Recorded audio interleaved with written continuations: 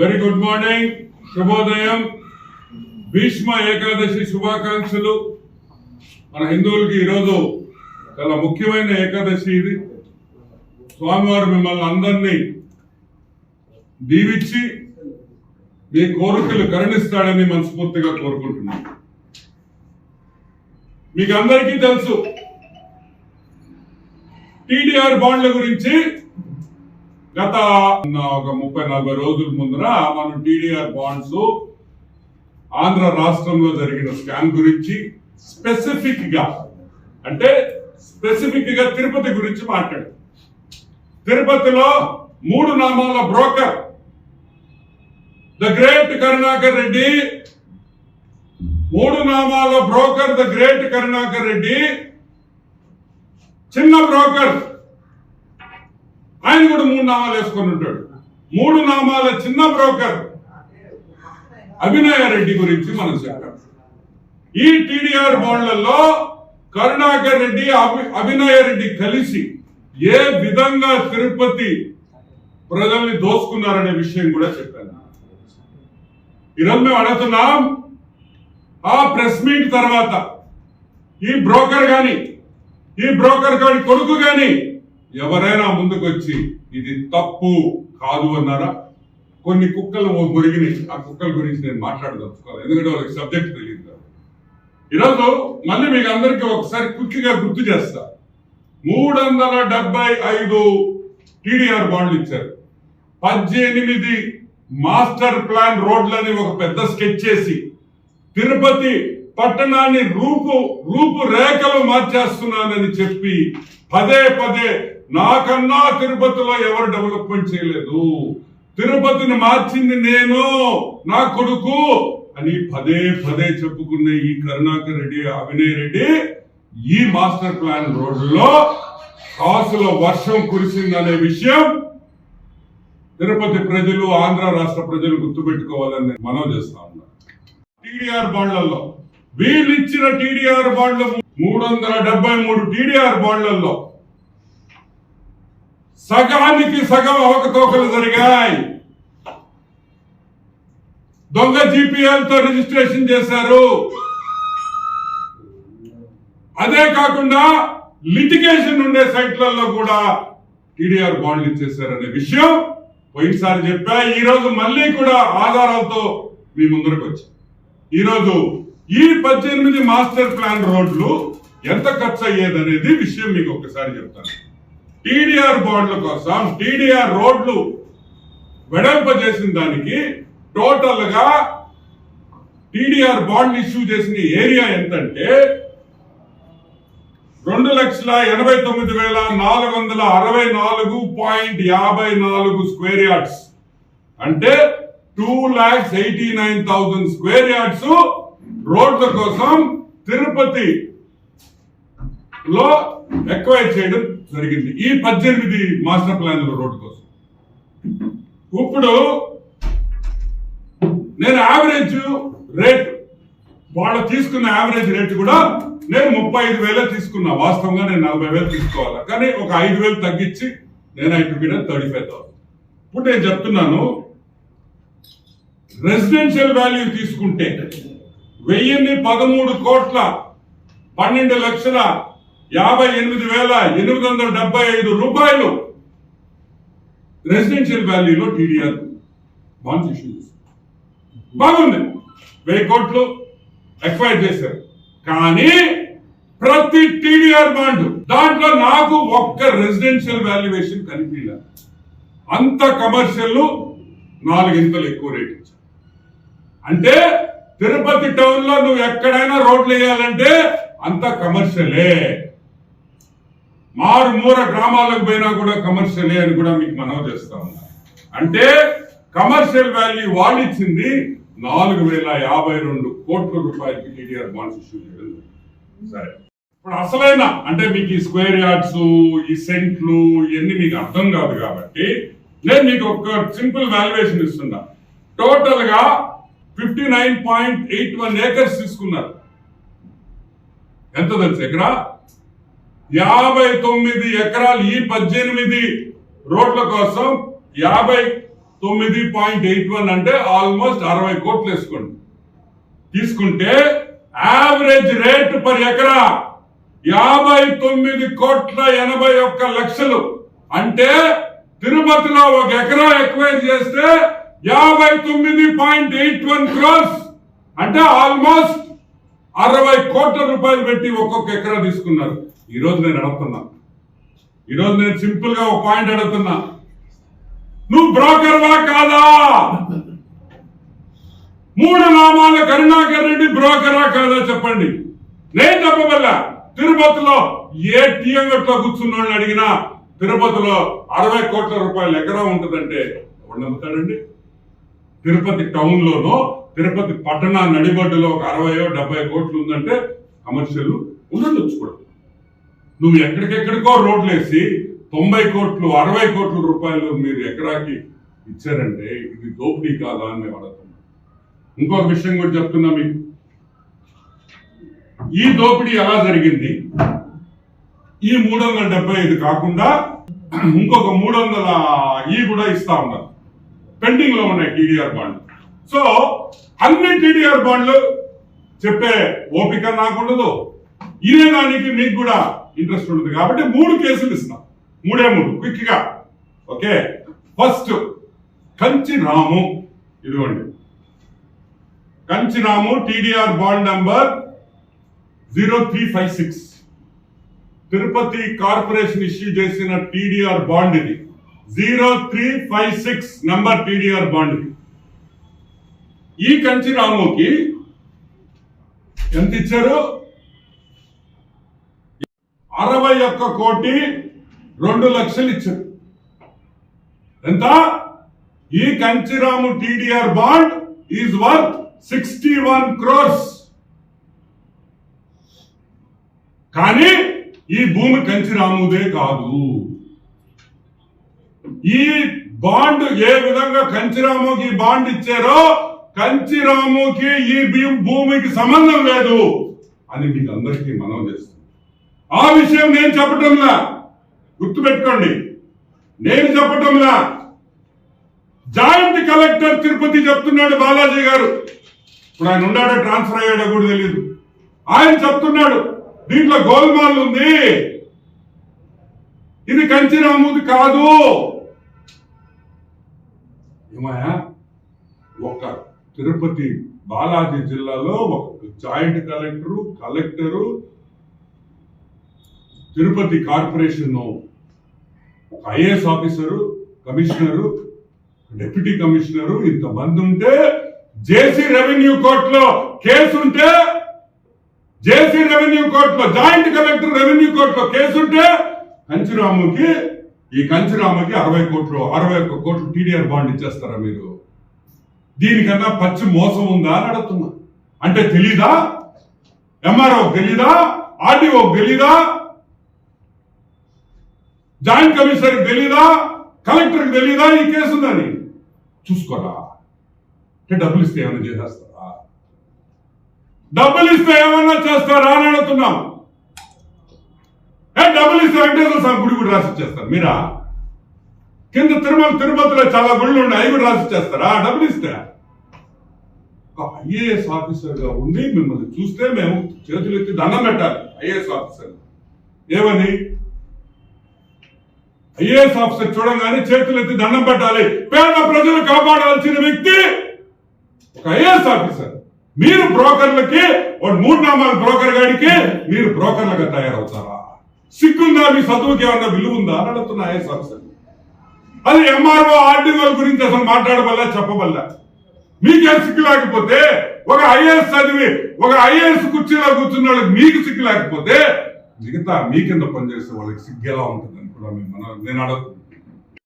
Joint collector ఏమని చెప్పాడు? హాజరు ఏం చెప్పాడు? ఈ కంచిరాము కుటుంబం మీద కేసులు ఉన్నాయని చెప్పాడు.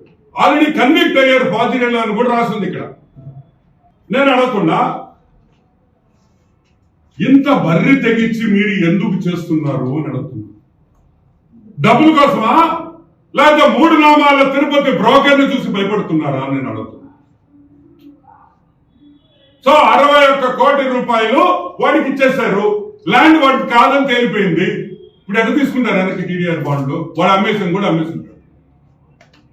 వెంటనే కలెక్టర్ మీద, జాయింట్ కలెక్టర్ మీద, ఆర్డీఓ మీద, ఎంఆర్ఓ మీద, అందరి మీద రెవెన్యూ రికవరీ యాక్ట్ వేయాల్సిందే. ఇది నేను చెప్పడంలా, జాయింట్ కలెక్టరే చెప్తున్నాడు దీంట్లో గోల్మాల్ ఉందని. ఈ 61 కోటి ఏది మీరు కంచిరాముకి ఇచ్చారో ఆ డబ్బులు దీంట్లో ఇన్వాల్వ్ అయిన అధికారుల మీద వెంటనే చర్యలు తీసుకొని వాళ్ళ ఆస్తులు జప్తు చేసి ఆ డబ్బులు రికవరీ చేసి కార్పొరేషన్ కట్టాలని కూడా నేను మనవి చేస్తాను. సరే, ఈ కేసు పక్కన పెడదాం. ఇంకో కేసు ఉంది. ఈయన పేరు వచ్చేసి D Murali. TDR bond number 00062. ఈయనకి ఎంత ఇచ్చారు? అది 13 కోట్లు 12 కోట్లు ఇచ్చున్నారు ఈయన టీడీఆర్ బాండ్. సరే, ఈ మురళి అనే వ్యక్తి 14/2/2020 డేట్ న ఈ భూమిని డి మురళి జీపీఏ చేసుకున్నాడు. మంచిదే కదా, తప్పే ఉంది దాంట్లో. జీపీఏ చేసుకున్న డి మురళి ఏమని పెట్టాడు? ఎంఆర్ఓ ఇచ్చిన వాల్యుయేషన్, ఆర్డీఓ ఇచ్చిన వాల్యుయేషన్, సబ్ రిజిస్ట్రార్ ఇచ్చిన వాల్యుయేషన్ ఏమని ఇచ్చాడు? సగటు జాగా గవర్నమెంట్ వారి విలువ 10,000 రూపాయలు. జీపీఏ డాక్యుమెంట్ లో సబ్ రిజిస్ట్రార్ ఇచ్చిన వాల్యూ 10,000. ఎంత వాల్యూ? 79 లక్షలు. 79,38,000 రూపాయలు వాల్యుయేషన్ చేసి జీపీఏ తీసుకుంటే కరెక్ట్ గా సంవత్సరం 14 నెలలు దాటంగానే 1,60,000 కలుగుతుందా? ఇదిగోండి, 4th February 2021 ఎంత వేసారు వాల్యుయేషన్? 40,000 రూపాయలు వేశారు. చూడండి, 40,000, 40,000 వాల్యుయేషన్. అదే ఎంఆర్ఓ, అదే సబ్ రిజిస్ట్రారు, అదే జాయింట్ కలెక్టరు, అదే ఆర్డీఓ. అంటే 10,000 40,000 అయిపోద్దా? ఆ 40,000 చాలదని మళ్ళీ సబ్ రిజిస్ట్రారు అది కమర్షియల్ అని చెప్పి 1,60,000 రూపాయలు. అంటే 10,000 జీపీఏతో 10,000 రూపాయలతో తీసుకున్న భూమి కరెక్ట్ గా 12, 13, 14 నెలల్లో 1,60,000 రూపాయల వాల్యుయేషన్ ఇచ్చింది Tirupati corporation under the able guidance of 3 Namala broker. 10,000 ఎక్కడ, 1,60,000 ఎక్కడ? ఈ విధంగా పచ్చి దోపిడీ చేస్తుంటే వీళ్ళ బ్రోకర్లు అనాలా, ఐఏఎస్ ఆఫీసర్లు అనాలా? ఏం జరుగుతుంది అసలు? అంటే గవర్నమెంట్ సొమ్ము అంటే లెక్కలేదా? అసలు గవర్నమెంట్ సొమ్ము అంటే అది ఏందో అంటే ఫ్రీగా వస్తుందా? దీనికి ఎవరు రెస్పాన్సిబుల్ అని అడుగుతున్నా. Collector responsible? 10,000 రూపాయలు వాల్యుయేషన్ చేసే భూమిని కరెక్ట్ గా 14-15 నెలల్లో 1,60,000 వాల్యుయేషన్ చేసి బాండ్ ఇచ్చేస్తారా? నిజంగా ఘోరంగా ఉందని కూడా మీకు మనం చేస్తున్నాడు. మీకు లాస్ట్ టైం చెప్పా, అయినా తిరుమలలో ఈ కె వెంకటరమణారెడ్డి 53,72,00,000 ఇచ్చారు. ఎంత? 53,72,00,000 bond number 00320 TDR bond number. ఎవరు తెలుసా ఇతను? ఈ కె వెంకటరమణారెడ్డి ఎవరో మీకు తెలుసా? సాక్షాత్తు తిరుమలలో ఉండే బ్రోకర్ ధర్మారెడ్డి వియంకుడు కె వెంకటరమణారెడ్డి. ధర్మారెడ్డి కూతుర్ని వెంకటరమణారెడ్డి కొడుకు ఇచ్చారు. ఇచ్చేస్తాడు కమర్షియల్ 53 కోట్ల రూపాయలు ఇచ్చేస్తారు కదా ధర్మారెడ్డి వియంకుడు. అంటే ఇక్కడ వాల్యుయేషన్ ఆ భూమితో సంబంధం లే, బంధుత్వాలతో సంబంధం, నువ్వు ఇచ్చే డబ్బులతో సంబంధం. ఈ రోజు ఓపెన్ దోపిడీ చేశారని కూడా నేను మనం చేస్తున్నాను. 10,000 15,000 రూపాయలు లేని భూములంతా ₹1,00,000 1,20,000 చూపించి దోపిడీ చేసుకున్న ఈ బ్రోకర్లు వదిలే ప్రసక్తే లేదు. నేను ఆల్రెడీ ఒకసారి ప్రెస్ మీట్ పెడితే ఈ రోజు నేను అడుగుతున్నా, కలెక్టర్ గారు, తిరుపతి కలెక్టర్ గారు, ఏమాయా మీకు ఆధారాలతో చూపిస్తే ఎంక్వైరీ కూడా అడుగుతారా? ఎంక్వైరీ ఉండదా? మనకు వచ్చిందిగా డబ్బులు, ఎందుకు లేబ్బా ఎంక్వైరీ అని ఏమన్నా అనుకున్నారా? తాటా తీస్తాం, గొరిగిస్తాం, వసూళ్లు చేస్తాం, భయపడొద్దు అని కూడా. నువ్వు ఐఏఎస్ అయితే మాకేంది, ఐపీఎస్ అయితే మాకేంది, భయపడతామా? ఏంది? వసూళ్లు చేస్తామని కూడా మనం చేస్తున్నాం. మీరెట్టా ఎంక్వైరీ పెట్టరు? తెలుగుదేశం ప్రభుత్వం రాగానే అన్ని విధాల దీని మీద టీడీఆర్ బాండ్ల మీద ఎంక్వైరీ ఉంటుంది. ఈ దోపిడీని అరికట్టాం. ఈ దోపిడీ సూత్రధారులు బ్రోకర్ కరుణాకర్ రెడ్డి, బ్రోకర్ అభినయ్ రెడ్డి, వీళ్ళ ఇద్దరి మీద యాక్షన్ ఉంటుందని కూడా అదే మనం చేస్తున్నాం. ప్రతి అధికారి గుర్తుపెట్టుకోండి. ఇంకా కూడా ఈ అధికారుల మీద నా దగ్గర చాలా ఫైన్లు ఉన్నాయి. కానీ ఈ రోజు నేను కావాలని బయట పెట్టడంలా, కరెక్ట్ గా ఇంకా 2 రోజుల్లో మళ్ళీ ప్రెస్ మీట్ పెడతా. ఆ రోజు ఈ బ్రోకర్లు తిరుపతిలో జరిగి బ్రోకర్లు ఎవరెవరు, టీడీఆర్ దానికి సూత్రధారులు ఎవరో, ఓటర్ లిస్ట్ లో అవకతవకలు చేసిన బ్రోకర్ వాళ్ళు కూడా ఒకటే. ఇన్వాల్వ్మెంట్ ఎవరెవరు అధికారులు ఉందో, పెద్ద తలకాయ కరుణాకర్ రెడ్డి ఆశీస్సులతో చేసిన టీడీఆర్ బాండ్ల స్కామ్, ఓటర్ లిస్ట్ స్కామ్ కూడా చేసింది అంతా ఒకే బ్యాచ్ అని కూడా నేను మనవి చేస్తున్నా. నెక్స్ట్ ఎల్లుండి ప్రెస్ మీట్ లో మీకు పూర్తి వివరాలతో ఎవరెవరు ఇన్వాల్వ్మెంట్ ఎవరుంది, ఫోటోలు, ఆధారాలతో కూడా మీ ముందరకు తీసుకొని వస్తానని నేను మనవి చేస్తూ సెలవు తీసుకున్నాను. Thank you. Any questions? Journalist పై దాడి ఏదో ఒకటి మంచి సబ్జెక్ట్ పాప. జర్నలిస్టులపై దాడి, ఏబిఎన్, ఆంధ్రజ్యోతి, ఈనాడు కనిపిస్తే కొట్టడం, కనిపిస్తే దాడి చేయడం. మొన్న ఈనాడులో చూసాము, ఇసుక ఫోటోలు తీస్తుంటే తరి కొట్టారు. నిన్న సిద్ధం సభలో ఏబిఎన్ ఆంధ్రజ్యోతి ఫోటోగ్రాఫర్ ని ఇష్టం వచ్చినట్టు కొట్టారు.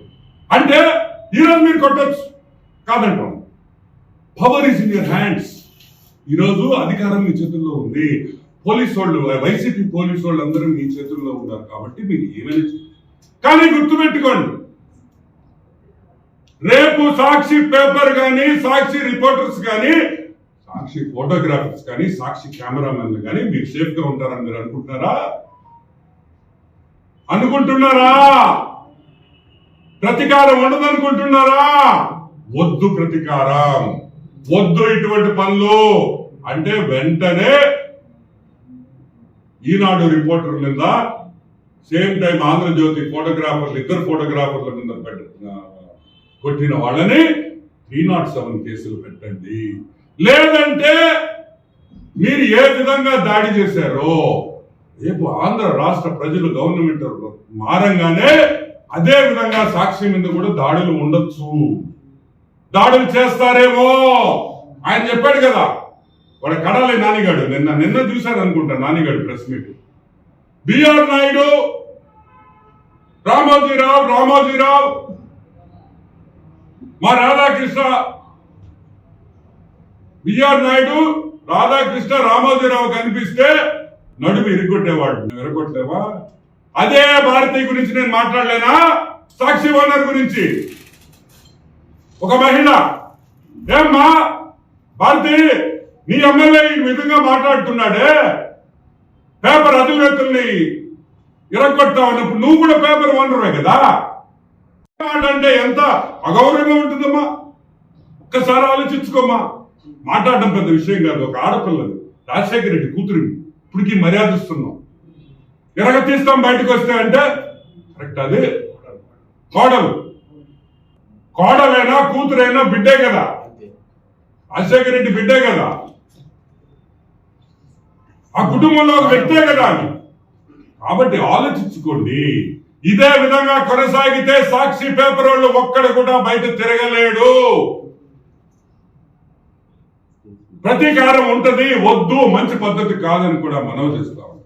నానిగా నువ్వు వాళ్ళు ఎరగొట్టే సంగతి నాకు తెలియదు కానీ రే నువ్వు వాడు గుర్తుపెట్టుకోరా రే, రేపు మే తర్వాత ఏడుంటా వదుడు బుర్కా గిర్కా వేసుకొని గడ్డ ఉంది, బుర్కా వేసుకుని కూడా వర్కౌట్ కాదు, గడ్డ ఉంది అంటే గడ్డం తీసేస్తాడులే, దాంకొని పోవాలి నువ్వు భయపడి. అట్టి కాదు, మర్యాద ఇవ్వాలి, మర్యాద పుచ్చుకోవాలి, అది రాజకీయం. మేము మాట్లాడతాం సార్, నువ్వెక్కడుంటావో కూడా ఆలోచించుకోవాలి నాని అని కూడా మనవి చేస్తున్నా. మావాడు ఆడికి పోయాడంట అనిల్, ఏడికా మావాడు అనిల్ ఆడికి పోయాడంట నరసరాబాద్కి. ఆడికి పోయి వాడు మీసాలు తొడలు గిట్లు కొడుతున్నాడంట. వాడు అమ్మబడ నెల్లూరు వాళ్ళు అయితే ఏదో మీసాలు కొట్టాడు, తొడలు కొట్టాడు, పట్టించుకోలే. వాడు పల్నాడు రే నీకు దండం పెట్టా, వద్దురా నాయన ఆడపోయి మీసాలు తిప్పాకరా, మీసాలు గొరికిచ్చి పంపిస్తారు. ఎట్టా గొరికిచ్చి పంపించేదానికి నరసరావుపేట ప్రజలు సిద్ధంగా ఉన్నారు. సిద్ధం. ఇక్కడ చాలా మంది నువ్వు తిరిగి వస్తావని అన్నప్పుడు వస్తాడా అని కొంతమంది కూర్చొని ఉన్నారు. కాబట్టి ఏం ఇబ్బంది లేదు, గ్యారంటీగా నువ్వు తిరిగి రావడం. కానీ ఆ రోజు తిరిగి వచ్చిన తర్వాత ఖలీలే నెల్లూరు టౌన్ కి ఇన్ఛార్జ్ గా ఉండాలని కూడా నేను చెప్తున్నా. మారిస్తే ఒప్పుకోము, అవునా కదా?